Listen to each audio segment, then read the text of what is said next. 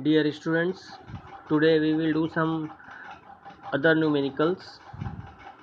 The first one is an aircraft with wings span of 40 meter flies with a speed of 1080 km per hour in the eastward direction at a constant altitude in the northern hemisphere, where the vertical component of Earth magnetic field is 1.75 into 10 to the power minus 5 Tesla. Find the EMF that developed between the tips of the wings. देखो wings span का ये मतलब है कि इसमें जो the distance between the two wings is 40 metre. Okay, देखो figure में मैंने बताया हुआ है, इसमें ये 40 मीटर आपको दिख रहा है. ठीक है, तो जो उसकी वेलोसिटी है वो उसकी है 1080 किलोमीटर पर आवर. इसको हम कन्वर्ट कर लेंगे मीटर पर सेकंड में, तो 5/18 से मल्टीप्लाई कर देंगे तो ये आ जाएगा 300 मीटर पर सेकंड. अब ये जो मैग्नेटिक फील्ड जो क्रॉस्ड जो मैग्नेटिक फील्ड है दिख रही है आपको, अब ये एरोप्लेन यहाँ पे जा रहा है. ठीक है, तो मैंने आपको बताया था, अब ये जैसे एरोप्लेन यहाँ से इधर जा रहा है, इसकी स्पीड वही है, ये v है और b इनसाइड है. ठीक है, तो मैंने कल आपको रॉड वाला जो एग्जांपल दिया था वो बेसिकली इसी से रिजेंबल कर रहा है. तो उसमें क्या होता था, जब क्योंकि इसमें जो विंग्स होंगे इसमें अंदर इलेक्ट्रॉन प्रोटॉन ये सब होंगे, और वो जब किसी मैग्नेटिक फील्ड में जाएंगे तो उनमें एक फोर्स लगेगा, मैग्नेटिक फोर्स एक्ट करेगा. तो इस मैग्नेटिक फोर्स की वजह से जो पॉजिटिव होंगे वो एक एंड पे, निगेटिव जो चार्जेस होंगे दूसरे एंड पे जनरेट हो एक्यूमुलेट हो जाएंगे, और उसकी वजह से उनमें एक इलेक्ट्रोस्टैटिक पोटेंशियल डेवलप हो जाएगा प्लस माइनस की वजह से. ठीक है, लेकिन इसको हम यूज़ नहीं कर पाएंगे, क्यों? क्योंकि ये ओपन सर्किट है. ठीक, और जो इसमें ईएमएफ इंड्यूस होगा, लेकिन करंट हम यूज़ नहीं कर सकते. ठीक, तो ईएमएफ का फार्मूला कल हमने डिराइव किया था, वो आया था BLV. ये क्या था आपका? Motional EMF. मोशनल ईएमएफ क्यों? क्योंकि ये मोशन की वजह से आ रहा है. तो B की value 1.75 into 10 to power minus 5 tesla into L जो है आपका 40 मीटर, ये 40 मीटर लॉन्ग रॉड समझ लीजिए एक तरीके से इसको, इंटू वी है आपका 300 मीटर पर सेकेंड. तो ई की वैल्यू BLV में पुट कर देंगे फॉर्मूले में, तो ई की वैल्यू आ जाएगी 0.21 volt. Since it is an open circuit so we can't use it. Okay, तो ये समझ में आ ही गया होगा. नेक्स्ट है आपका use Lenz law to determine the direction of induced current in the situation described by the figure. तो पहला क्या है? A wire of irregular shape turning into a circular shape. ठीक है, और दूसरा क्या है? A circular loop being deformed into a narrow straight wire.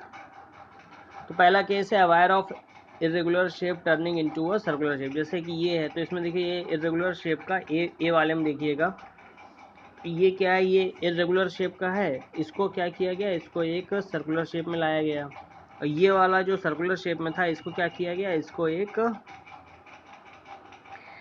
Deform into a narrow straight wire. ठीक है, बात समझ में आ गई. तो अब हम बात करेंगे ए वाले पार्ट के बारे में.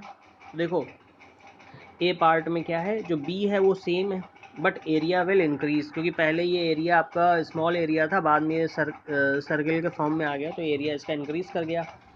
अब जब एरिया इंक्रीज करेगा तो इसका मतलब जो फ्लक्स इससे लिंक हो रहा था वो फ्लक्स इंक्रीज करेगा due to increase in area.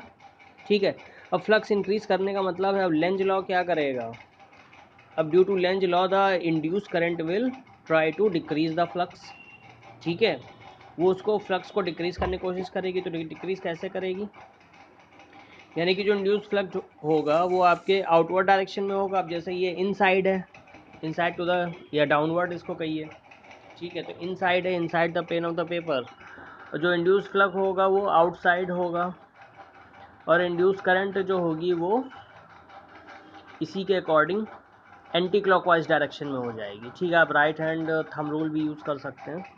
Thumb को आप आउटसाइड रखिए, और जो जैसे आपकी फिंगर्स कर लूँगी तो वो आपकी जो देखोगे तो एंटी क्लॉकवाइज डायरेक्शन में ही कर लूँगी. ठीक है, तो इस तरीके भी आप फाइंड कर सकते हो. बी पार्ट में क्या हो रहा है कि पहले वो सर्कुलर शेप का था, बाद में उसको जो है एक स्ट्रेट वायर में कन्वर्ट कर दिया गया. तो एरिया क्या हुआ? एरिया डिक्रीज़ हो गया. एरिया डिक्रीज़ होने से फ्लक्स क्या हो जाएगा? डिक्रीज़ हो जाएगा. जब फ्लक्स डिक्रीज़ हो जाएगा तो इंड्यूस करंट क्या कोशिश करेगी? According to Lenz law increase flux को इंक्रीज करने की कोशिश करेगी, तो इंक्रीज करने के लिए जो फ्लक्स की जो डायरेक्शन है उसी डायरेक्शन में ही जो है जो बी होगा उसी डायरेक्शन में हो जाएगा। ठीक है, यानी कि ये आपका इनसाइड ही हो जाएगा फ्लक्स, इंड्यूस फ्लक्स की जो डायरेक्शन होगी वो इनसाइड ही होगी, और जो आपका इंड्यूस करंट होगी उसकी डायरेक्शन क्लॉकवाइज हो जाएगी। ठीक है, ये मैं फिर से बोल रहा हूँ कि आप थंब को डाउनवर्ड मतलब plane of the paper into the pen of the paper रखेंगे थंब की डायरेक्शन, और अपनी फिंगर्स को कर्ल करेंगे तो क्लॉकवाइज डायरेक्शन में कर लूँगी।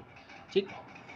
Problem number 5, a rectangular wire loop of sides 8 centimeter and 2 centimeter with a small cut is moving out a region of a uniform magnetic field of magnitude 0.3 Tesla directed normal to the loop. What is the EMF developed across the cut if the velocity of the loop is 1 centimeter per second in a direction normal to the first one is longer side, second one is the shorter side of the loop.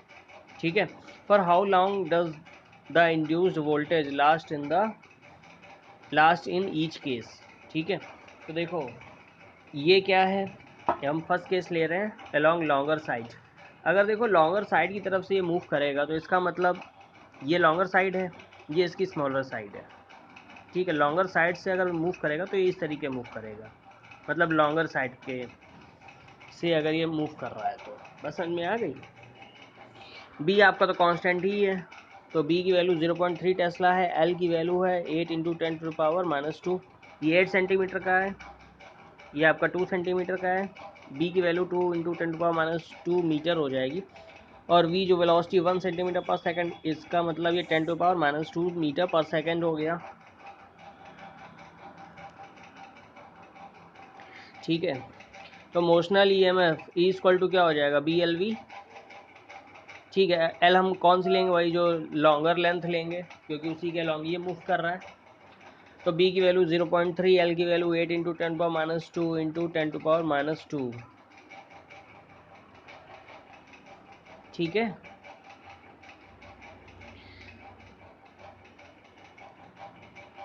तो ये हो जाएगा, तो ई की value आपकी आ जाएगी 2.4 into, तो ई की वैल्यू जो आ जाएगी आपकी 2.4 इंटू 10⁻⁻4 वोल्ट। ठीक है, अब time for which it last will be T equal to distance covered upon velocity. तो देखो जब ये ऊपर की तरफ जाएगा तो जो इसकी विड्थ होगी, बात समझ में आ रही, मतलब जैसे ये ऊपर की तरफ जाएगा तो जितनी इसकी विड्थ होगी उतना ही तो ये चलेगा। ठीक है, तो डिस्टेंस तब इसको कितनी कवर करनी पड़ेगी, 2 सेंटीमीटर, यानी 2 इंटू 10⁻² अपॉन वेलोसिटी क्या है, वेलोसिटी 10⁻² है, तो टी इक्वल टू 2 सेकेंड, उसको 2 सेकेंड का टाइम लगेगा, मतलब 2 सेकेंड तक ये ईएमएफ रहेगा।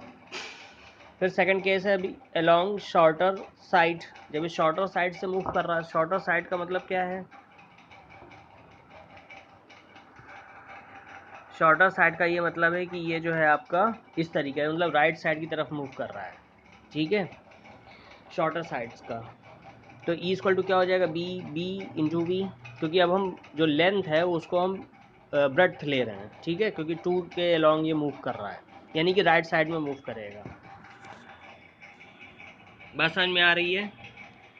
ठीक है, तो इक्वल टू बी हो जाएगा, तो 0.3 इंटू 2 इंटू 10⁻² इंटू 10⁻², सबकी वैल्यू पुट कर देंगे तो ई इक्वल टू आ जाएगा 0.6 इंटू 10⁻4 वोल्ट।